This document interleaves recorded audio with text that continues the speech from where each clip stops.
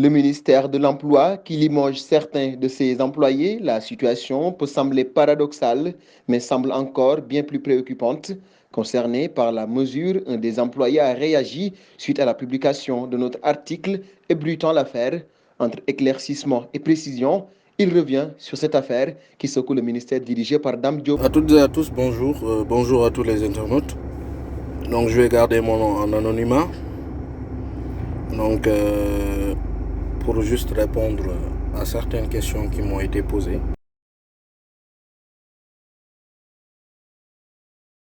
Par rapport à la première question, on me demande quel type de contrat nous lier avec le ministère de l'Emploi.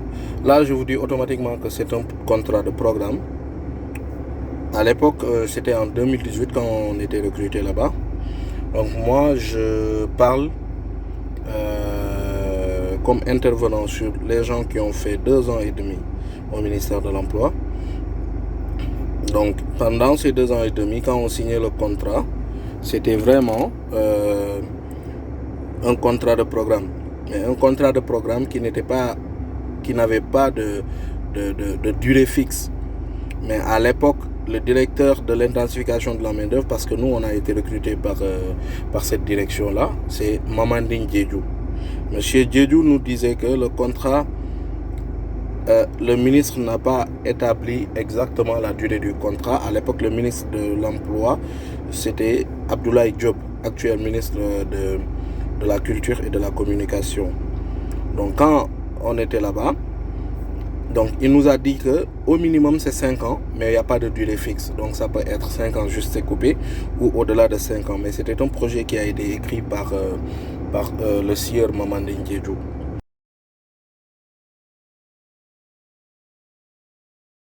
Donc c'est un contrat de programme qui nous liait et nous on a été recrutés dans le cadre de la direction de l'intensification de la main-d'œuvre qui était un peu chargée de l'élaboration et du suivi des projets et programmes de l'État et du PSE.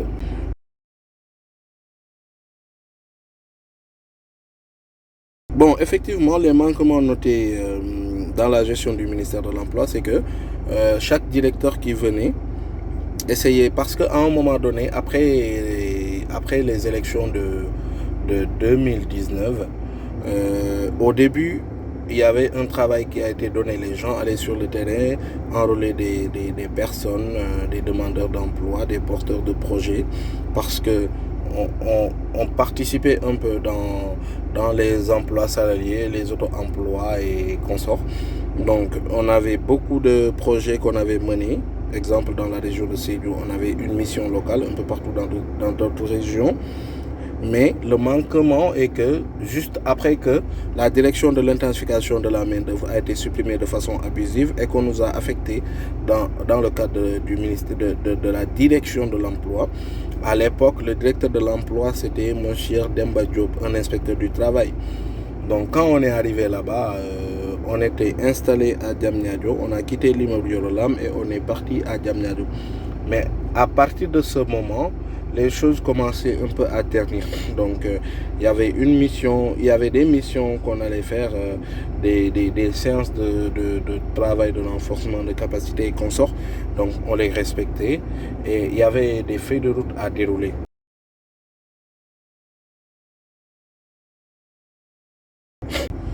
Donc tout a commencé à basculer quand le sieur Demba Diop, l'ancien directeur de l'emploi, fut remplacé par le directeur Pape Mouroufal. Pape Mouroufal, un habitant de Djourbel et un leader de parti de Gmowo, donc basé à Djourbel, travaille avec le ministre de l'emploi actuel, Dame Diop. Et quand le directeur de l'emploi est arrivé, automatiquement tout commence à chambouler parce que c'est des gens qui quittent Djourbel, qui viennent remplacer les autres dans les installations du ministère dans les installations de la direction de l'emploi. Et depuis lors, plus de 50 agents restaient dans leur maison sans avoir quelque chose à faire, sans avoir de local. Et ce qui lie un travailleur et ce qui lie le travailleur et son maître, c'est le local, la logistique et quoi faire. Donc tout ça, ça n'a pas été respecté. Donc depuis lors, les choses commençaient à chambouler petit à petit. Donc des personnes arrivaient et des personnes sont délaissées à leur propre sort. Ces personnes-là percevaient leur salaire normalement, mais quand on n'a rien à faire et on perçoit un salaire, c'est vraiment glauque, quoi. Et quand aussitôt le 30 décembre, le directeur de l'emploi nous notifie que les travaux, ces programmes sont coupés et que la ligne budgétaire qui est alignée, quand les gens ont été pour le demander, ils nous disaient que la ligne budgétaire qui est allouée au programme a été coupée. Et un travailleur, un ex-travailleur de la direction lui a notifié pour voir est-ce que c'est le programme qui a pris fin ou bien c'est le fonds alloué au programme qui n'était plus alimenté. Il a dit qu'il ne peut pas dire que le programme a été coupé, mais que c'est une décision du ministre et que lui, il demande aux travailleurs qui sont dans le besoin de formuler une liste afin de le déposer auprès du ministre et de demander au ministre de reconduire le contrat de certains qui sont dans le besoin.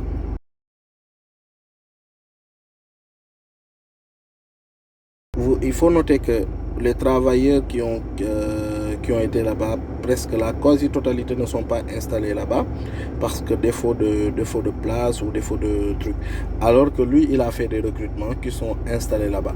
Maintenant, ceux qui sont installés là-bas, qui faisaient partie de la direction qui a été supprimée et que les agents sont recherchés là-bas, il leur a dit qu'eux, ils ne faisaient pas partie, qu'il allait renouveler leur contrat. C'est ce qu'il leur a promis. Et ces gens-là, c'est une façon de diviser pour mieux régner. Ces gens-là se sont démarqués du grand groupe. Et le grand groupe a fait des démarches à le rencontrer. Mais ce qui a été à l'issue de la rencontre, c'est que le grand groupe formule une liste des gens qui sont dans le besoin afin qu'il essaie de voir avec le ministre s'il peut avoir une solution de reconduction de ces derniers-là.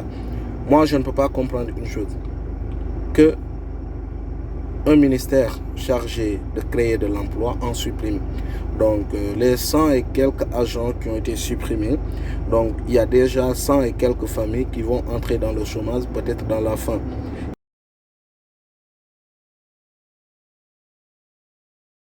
Et avec cette perspective du coronavirus, je pense que ce n'est pas le mobile que le ministère de l'Emploi doit adopter. Donc aujourd'hui, je vous dis que actuellement, nous on n'enlève pas toutes les alternatives.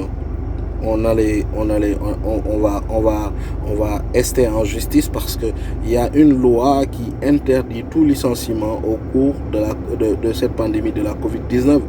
Et aussi, tu ne peux pas notifier à un contractuel à 24 heures que son contrat allait prendre fin alors qu'au préalable, vous n'avez pas notifié ce dernier afin qu'il puisse s'organiser et voir s'il peut avoir un autre travail en attendant.